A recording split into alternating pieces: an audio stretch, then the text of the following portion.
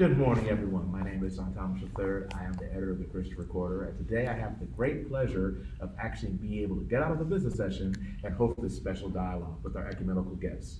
Normally at the General Conference, we take a time to celebrate, recognize, and honor our ecumenical partners in different faith traditions, among not only the Black church, but the church in general.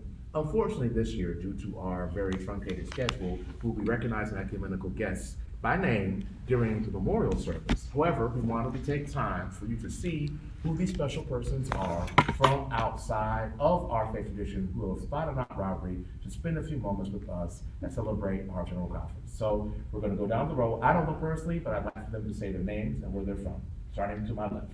Thank you so much for this opportunity and for this invitation.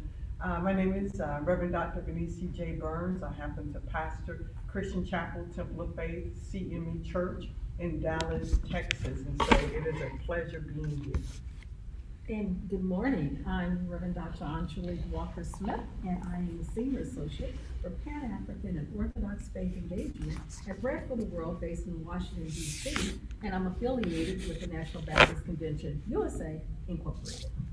Good morning. I'm Reverend Michael McClain, and I serve as the National Outreach Director for the National Religious Partnership for the Environment. I've been in environmental justice space since 2007. I'm a retired National Baptist pastor, part of the National Baptist Convention, USA. So now that we've got the formalities out of the way, these are home folks. Each one of these I know in a different way. So Reverend Dr. Burns is my soror, and she also happens to be something special that we'll talk about a little bit later on. Dr. Walker-Smith is a staff pastor at Beulah Baptist Church in Alexandria, Virginia, where my friend and columnist and Morehouse brother, Quadricus Driscoll, is the pastor. Dr. McClain is well known among the Black traditions, and I got to see his face many times during the Biden campaign on the National Faith Calls.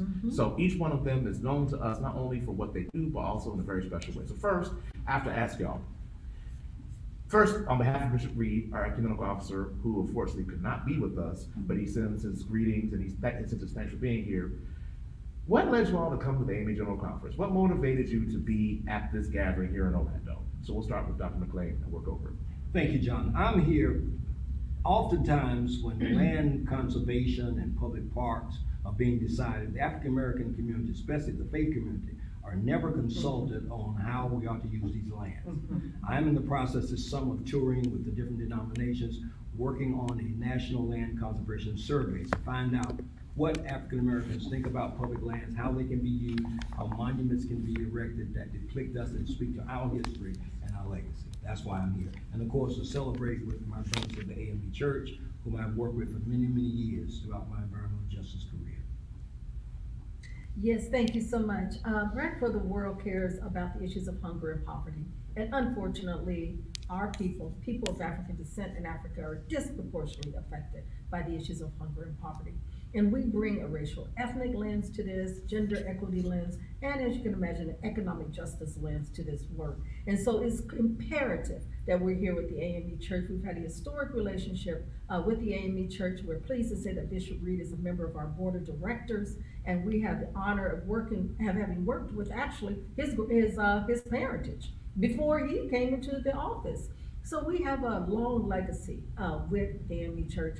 I personally have the utmost respect for the AME Church because of the historicity relative to our people and to this world and to our country. So I rejoice that I'm able to be here for both those reasons.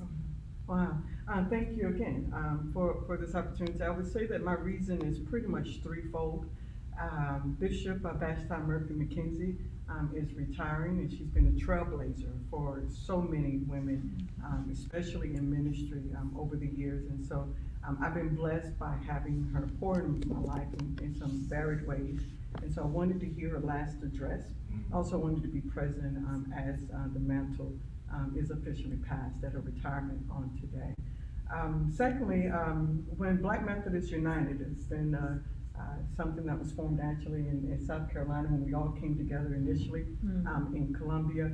And over the years, especially as we were dealing with the Trayvon Martins and the Michael Browns, dealing with the George Floyds, that the Black Methodists have come together in a unified way to speak and to show our presence and to support each other.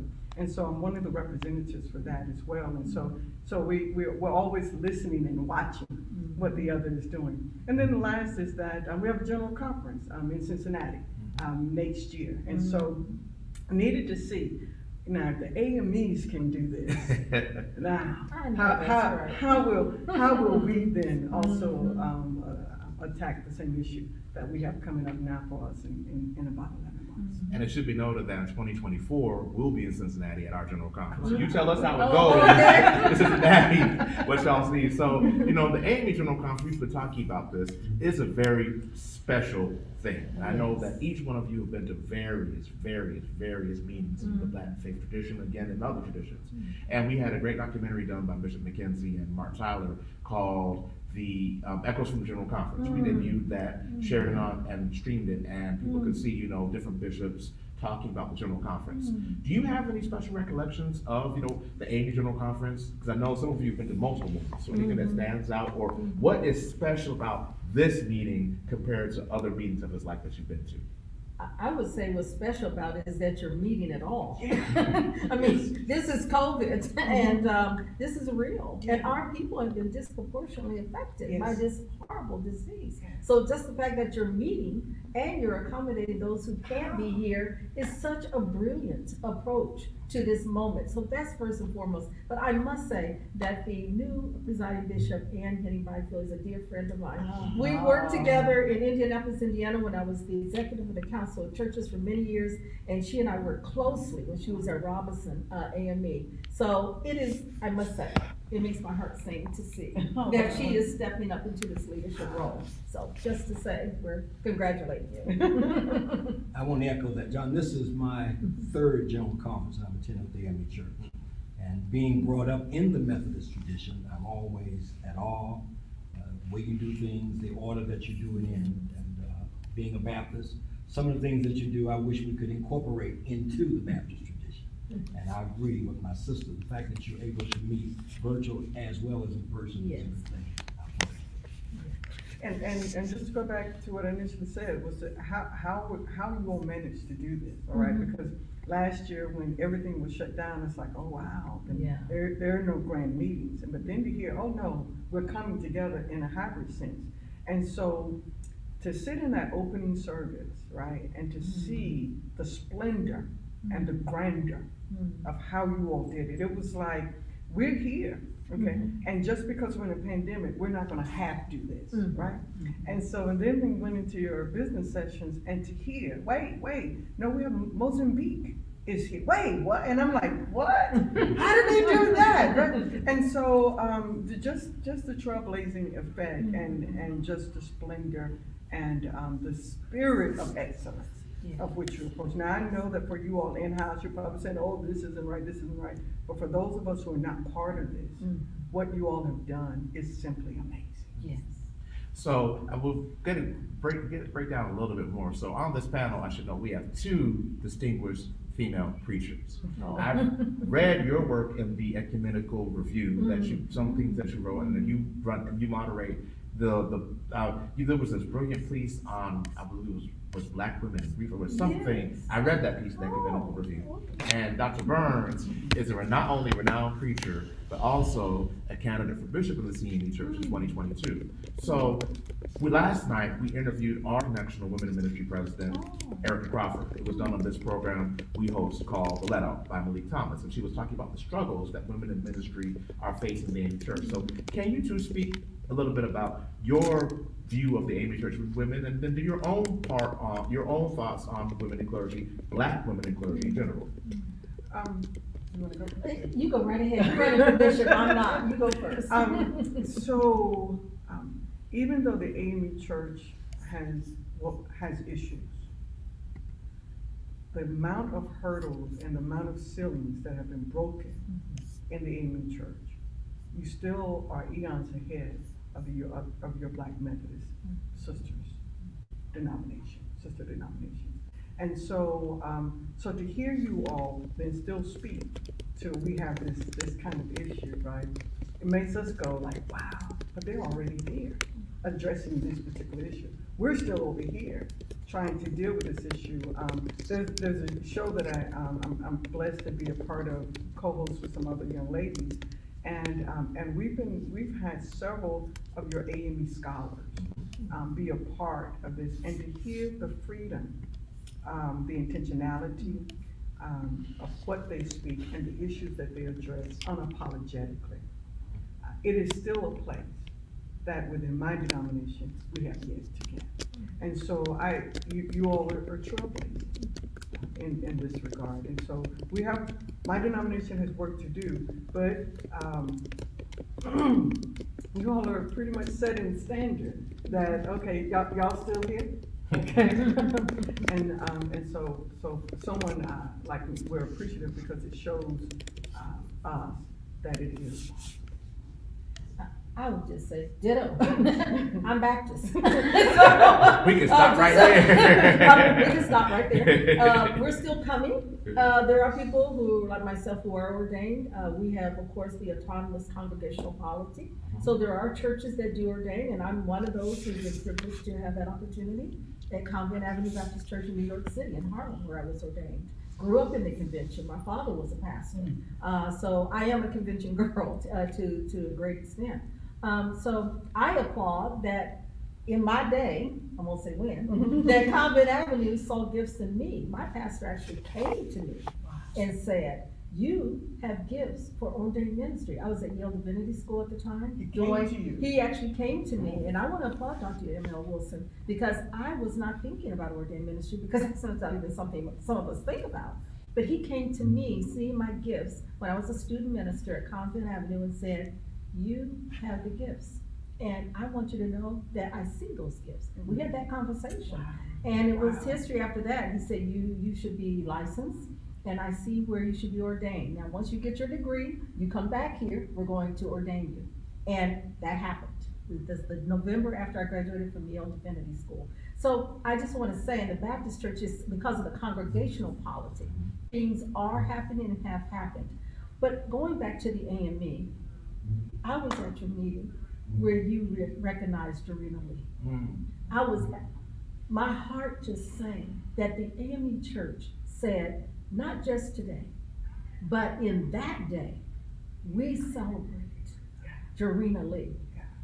And for a woman coming out of the Baptist church or just the ecumenical space, my heart sang at that moment. And so going back to what my sister has said, you are pioneering in some ways. Now that said, I always want to recognize the women's auxiliaries, the women lay leaders, and all the women who have been a part of our churches, who have led, maybe sometimes not with the kind of visibility that some would appreciate, but they have always led. We have always led. And speaking of that article, the Pan-African Women's Ecumenical Empowerment Network that I'm a convener for with the World Council of Churches and Bread for the World, we are lifting up all these different women at the grassroots level, at the hierarchical levels. We say there is a space globally for us to come together. So thank you for mentioning the Ecumenical Review. We've been working since 2013 in South Korea, where we were founded at the World Assembly in South Korea in Busan.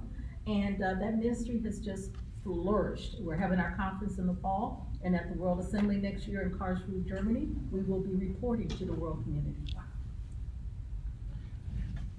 You brother, let's hear your thoughts on that. Women in ministry. Yeah. And again, being raised in the Methodist Church, has not been an issue for me. As you've said, among many of the Baptist brethren, that is a major issue. And large in part due to the autonomy of our churches, which are controlled pretty much by the laity. And it's amazing that most of the criticisms that I have heard over my 40 plus years of pastoring have come more from sisters in the congregation against women in ministry than from men. I always thought that'd be very interesting. Yeah. Now, I want to note that you mentioned the role of unordained women, and I have to acknowledge that for Bread for the World, the Women's Missionary Society has been a huge contributor. And we traditionally make sure that our Women's Missionary Society President, Deborah Taylor King, Yes. who is right now, is also incorporated, and I believe she serves on the board right now. Yes, she is a major player, Greg, for the world, and if I can just say publicly, we love you, and we thank God for you. And then, of course, her predecessor as Shirley well, Cason. Shirley Cason Yes. Reed. Both of you have been extraordinary women leading the movement. And Jarena Lee was recognized at the 2016 General Conference, and you can find footage of that recognition on the AME Church YouTube channel. Another thing happened at the General Conference this week. Yesterday, well, 2 days ago, the AME Church debated a bill that was to repeal the ban on same-sex marriage. The bill was deleted on the second read, which means in the AME Church, all the bills that the revisions committee picks come out, and then we go through them one by one by one. On the second reading, that bill was deleted. On the next day, the third day of the General Conference, realizing what I just said here, a group of persons got together, largely from the 5th Episcopal District, but there was connection support, and the AME Church approved and I'm gonna get the name wrong, but you all can look it up, a committee to study sexual ethics, to give a report to the General Conference 2024 on recommendations on what the AME Church policy should be. What does it mean for a Black church to well, first vote down that bill, but then agree to engage in a high-level self-study led by the Department of Publications chair and our Director of Research and Scholarship, Teresa Fry Brown, who is well known to you all? What does it mean for a Black church to take this step? I think it's the right thing to do. I think we need to look at it because here again, we were not called into ministry to judge anyone. We have to love people regardless of their lifestyle, regardless of their choices, because they have to answer to the same God that called us, the same God that we serve. They have to do the same thing. So for the church to be willing not to just close the door, but say, okay, we need to look at this further and study this and then come back with a report how and why the church should do what needs to be done. I commend you for that. And I want to echo what he said. I commend you for being willing to face this moment that we are in.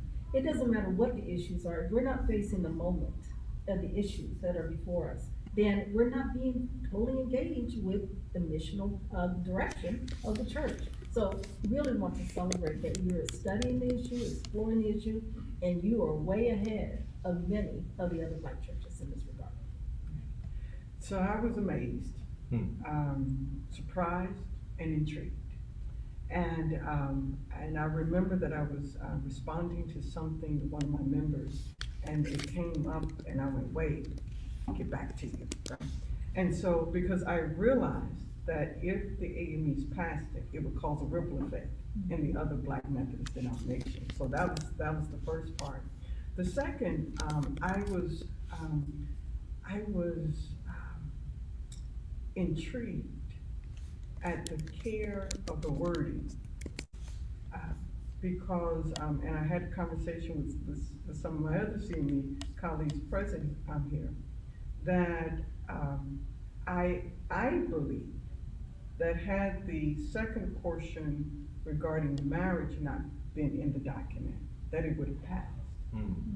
Because the first part really just dealt with humanity, that persons are within your congregation, that you will welcome them, embrace them, and you'll give them the right to be able to come and serve.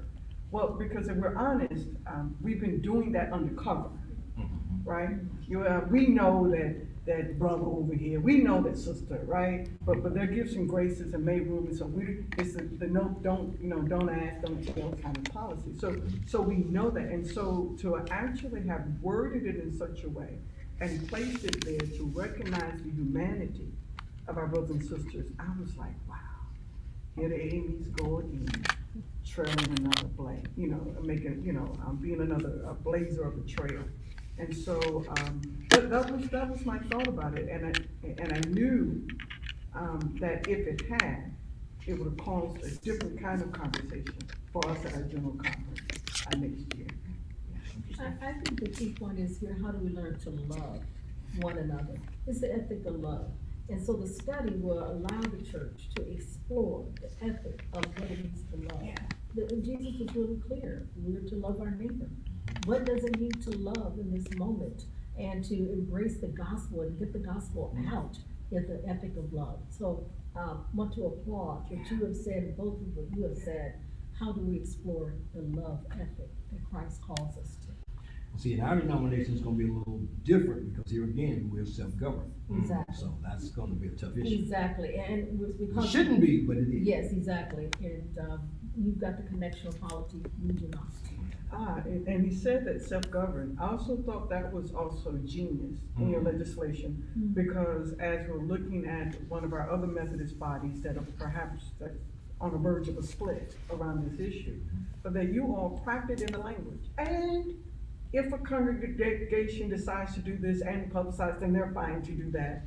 If a congregation chooses not to, then they're fine to do that. And so that we're placing this so we can revisit this language, but we're not mandating anyone be held accountable, held to this standard, so you still have your freedom. And I thought that was genius, because what you did was be preemptive in a way of saying, this will not cause us to split.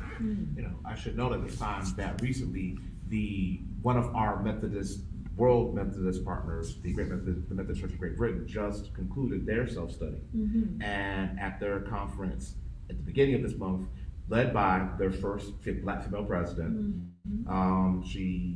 they decided to adopt a resolution that basically, quite frankly, it was a bill that was adopted to allow a greater definition of marriage.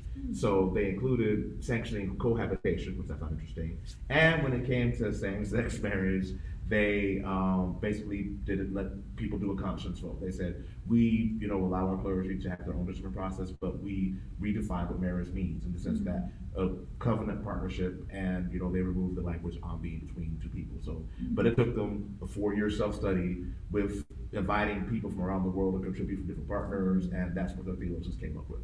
So. And you will have that benefit, because so many of the other churches in the ecumenical space have been wrestling with this issue. So you do have the benefit of that legacy of these conversations and study that will benefit the study that you're doing.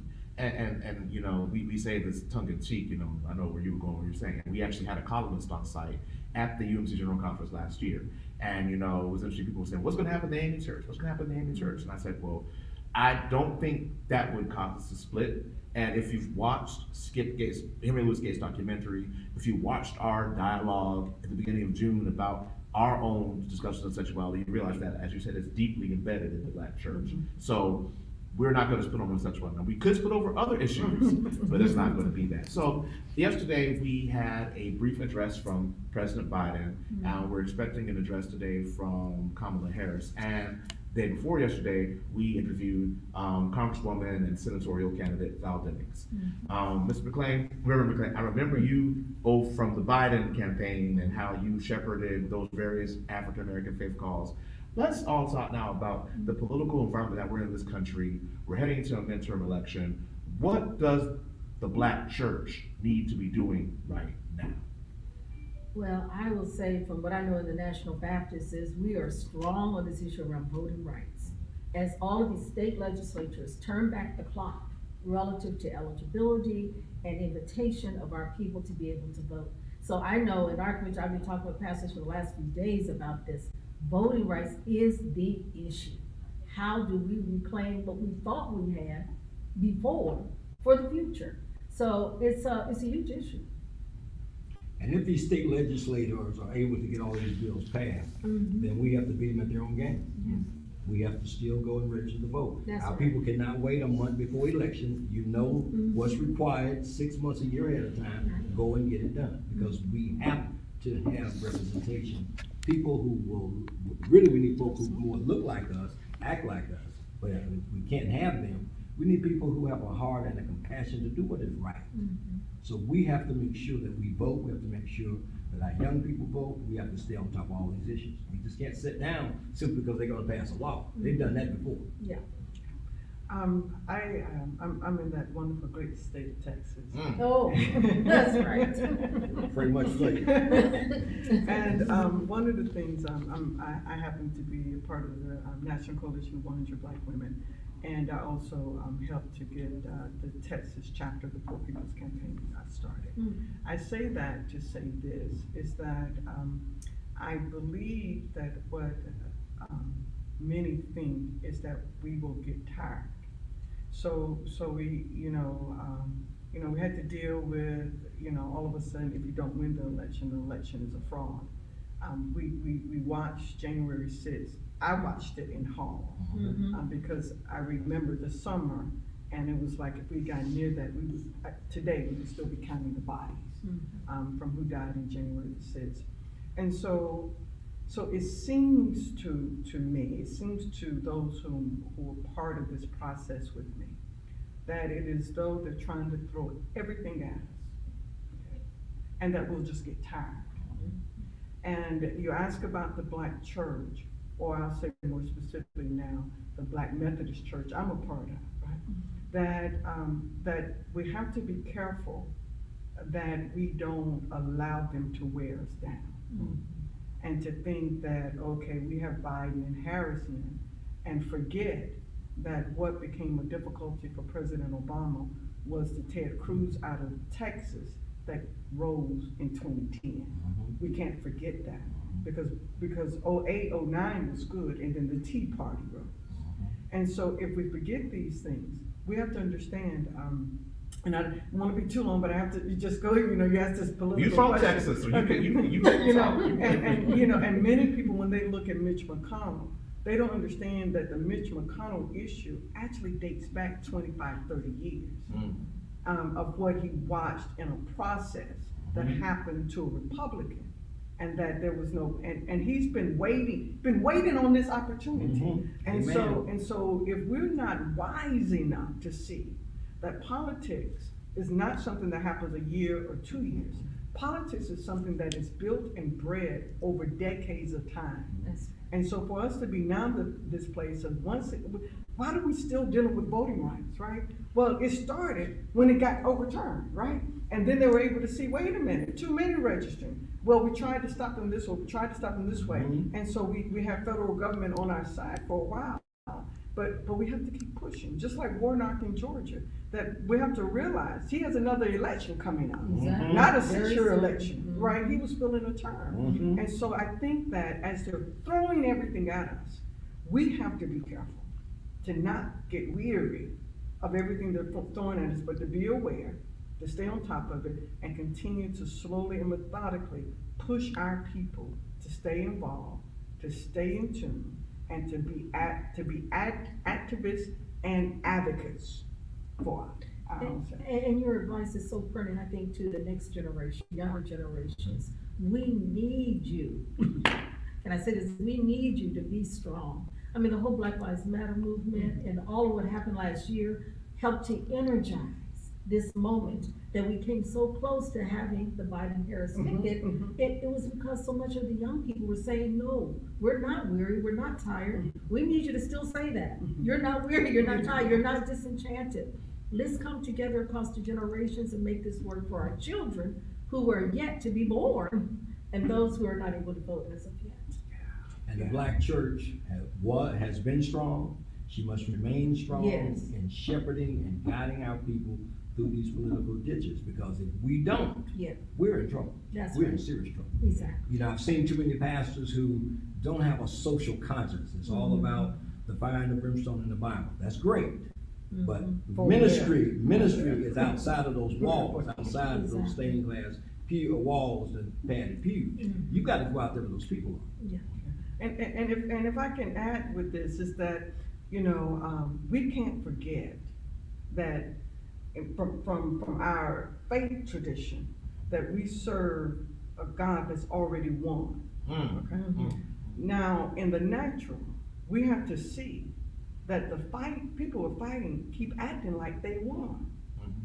They didn't win the Confederate War. Thank you. Okay, and so we're talking about statues need to be remembered, but then you want to come out with these race theories and try to remove it from education.